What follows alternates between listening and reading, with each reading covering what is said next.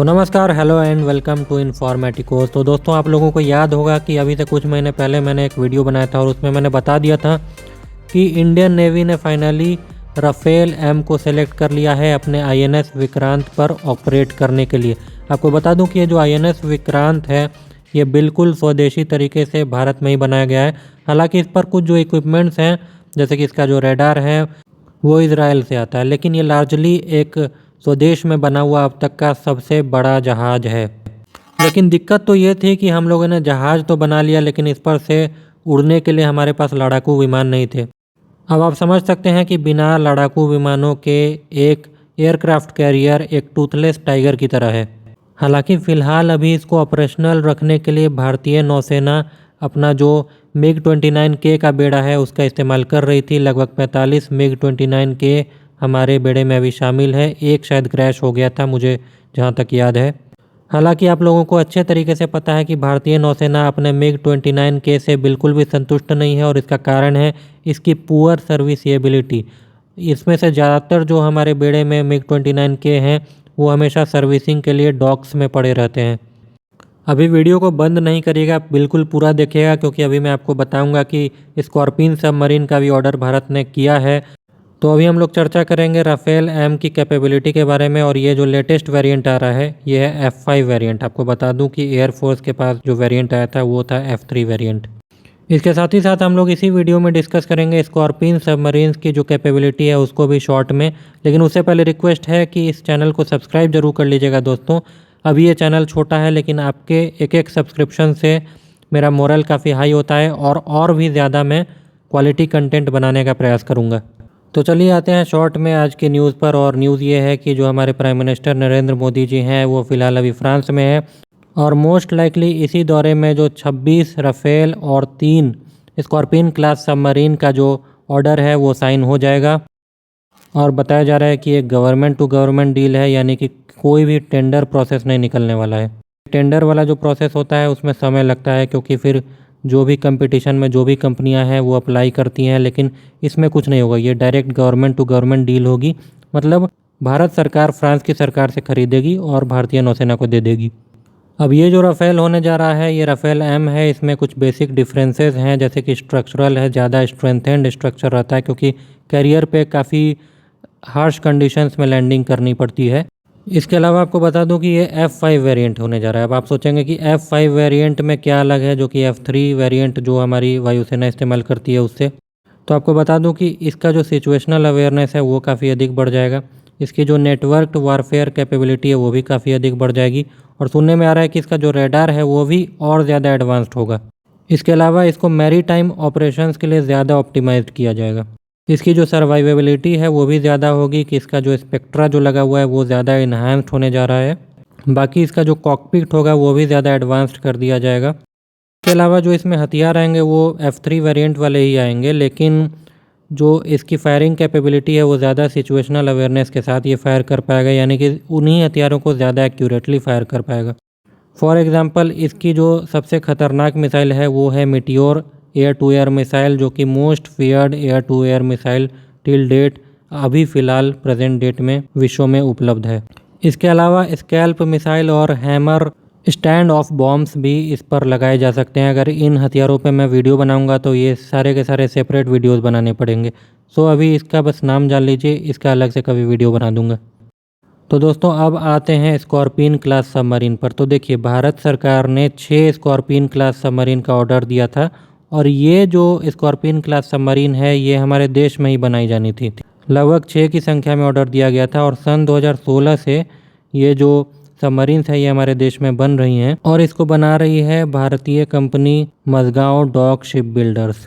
तो इनिशियल जो 6 सबमरीन्स का ऑर्डर था वो अब पूरा हो चुका है, लेकिन भारतीय नौसेना को और ज़्यादा सबमरीन्स की आवश्यकता है, और इसी को एड्रेस करने के लिए 3 और स्कॉर्पिन क्लास सबमरीन्स का ऑर्डर कर दिया गया है।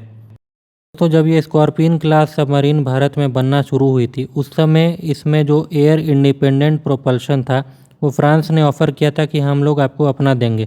लेकिन उस समय DRDO को कॉन्फिडेंस था कि DRDO अपना एयर इंडिपेंडेंट प्रोपल्शन बना करके स्कॉर्पिन क्लास सबमरीन में लगा देगा। और पहली 4 में तो नहीं लगना था, लेकिन आखिरी 2 जो सबमरीन भारत में बननी थी उसमें डीआरडीओ का एयर इंडिपेंडेंट प्रोपल्शन लगना था। लेकिन जैसा कि आप सभी जानते हैं, समय पर प्रोजेक्ट नहीं ख़त्म हो पाया और 6 की 6 जो स्कॉर्पियंस क्लास सबमरीन, जिसको कि भारत में कलवरी क्लास सबमरीन के नाम से जाना जाता है, वो बिना एयर इंडिपेंडेंट प्रोपल्शन के भारतीय नौसेना में अपनी सर्विस दे रही हैं। लेकिन अच्छी बात यह है कि डीआरडीओ का जो एयर इंडिपेंडेंट प्रोपल्शन है वो अब बन करके तैयार है और पॉसिबली जो आने वाली जो 3 सबमरीन्स बनेंगी उसमें डीआरडीओ का ही एयर इंडिपेंडेंट प्रोपल्शन लगेगा। बहरहाल अब शॉर्ट में थोड़ा सा स्कॉर्पियन क्लास सबमरीन की कैपेबिलिटी को भी जान लेते हैं। तो दोस्तों, ये एक नए ज़माने की सबमरीन है, यानी कि जो पिछला जनरेशन था उससे काफ़ी आगे है, इसलिए ये एक स्टेल्थ सबमरीन है। ये पानी में काफ़ी कम साउंड करती है। इसका जो प्रोपल्शन का जो ब्लेड है वो काफ़ी अलग तरीके का बनाया गया है। और आपको बता दूं, कोई भी सबमरीन मैन्युफैक्चरर अपना जो सबमरीन का जो प्रोपल्शन का जो ब्लेड होता है उसका डिज़ाइन कभी भी दुनिया के सामने नहीं लाता है, क्योंकि अगर वो सामने ले आएगा तो वो जो ख़ास तरह का साउंड प्रोड्यूस होती है उसके प्रोपल्शन ब्लेड से, उस साउंड को दुश्मन देश अपनी सबमरीन के डाटा में फीड कर लेंगे और जब भी उस दुश्मन देश की सबमरीन का जो पैसिव सोनार होगा उस तरह की आवाज़ को सुनेगा, वो तुरंत अलर्ट कर देगा और स्क्रीन पर बता देगा कि यहाँ से इस तरह के दुश्मन की आवाज़ आ रही है। ये भी बता देगा कि ये कौन सी सबमरीन है, सिर्फ आवाज़ को सुन करके। यही कारण है कि कभी भी सबमरीन का जो प्रोपल्शन ब्लेड होता है वो कभी भी आपको पब्लिकली नहीं दिखेगा किसी भी सबमरीन की वीडियो में या किसी भी सबमरीन की फ़ोटो में। बहरहाल टॉपिक से थोड़ा सा भटक गया। मैं बता रहा था कि स्कॉर्पियन क्लास सबमरीन एक स्टेल्थ सबमरीन है, लेकिन कुछ लोगों का ये सवाल रहता है कि यार डीजल इलेक्ट्रिक सबमरीन में हम लोग क्यों पैसा लगा रहे हैं। हम लोगों को तो अरिहंत क्लास सबमरीन है जो कि एक न्यूक्लियर पावर्ड सबमरीन है, उसमें पैसा लगाना चाहिए। और बहुत हद तक आपकी बात भी सही है। कुछ चैनल पे मैं नाम नहीं लूँगा, लेकिन वो बता रहे थे कि न्यूक्लियर सबमरीन के सामने डीजल इलेक्ट्रिक सबमरीन कुछ भी नहीं है, उन्हें तो वो मच्छरों की तरह मार देंगे। लेकिन ऐसा कुछ होता नहीं है। मैं आपको बताता हूँ, जो डीजल इलेक्ट्रिक सबमरीन है उसमें सिर्फ एक लिमिटेशन है और वो है रेंज की।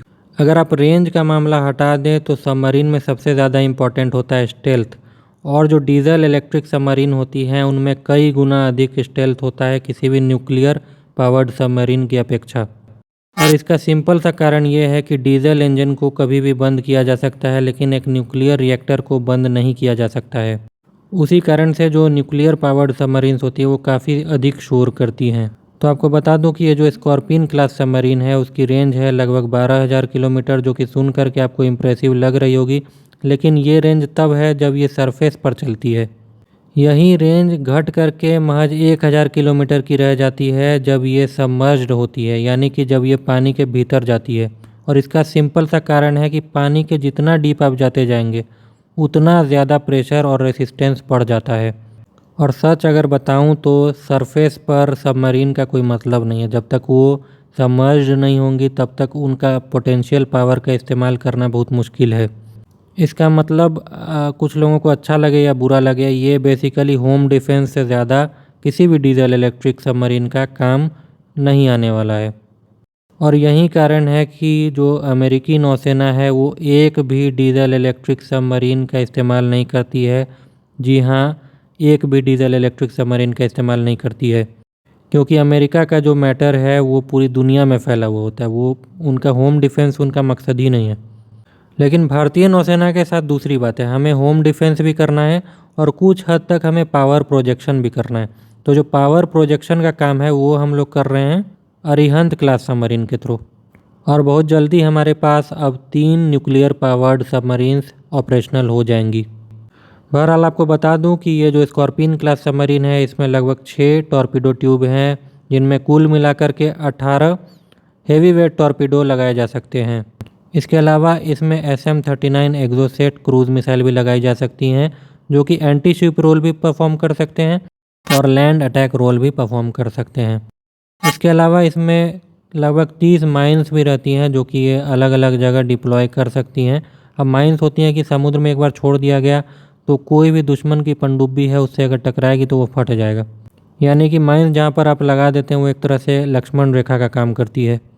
एक बार सबमर्ज्ड होने के बाद इसकी जो मैक्सिमम स्पीड है वो लगभग 37 किलोमीटर्स पर आवर की है, और ये लगभग 350 मीटर्स की डेप्थ तक जा सकती है, जो कि काफ़ी अधिक है। अब देखिए, डेप्थ भी बहुत इंपॉर्टेंस रखता है, क्योंकि जब आप अपनी सबमरीन का इंजन बंद करके ज़्यादा से ज़्यादा डेप्थ में जाते हैं तो एक तरह से आप सेफ़ रहते हैं डिटेक्शन से।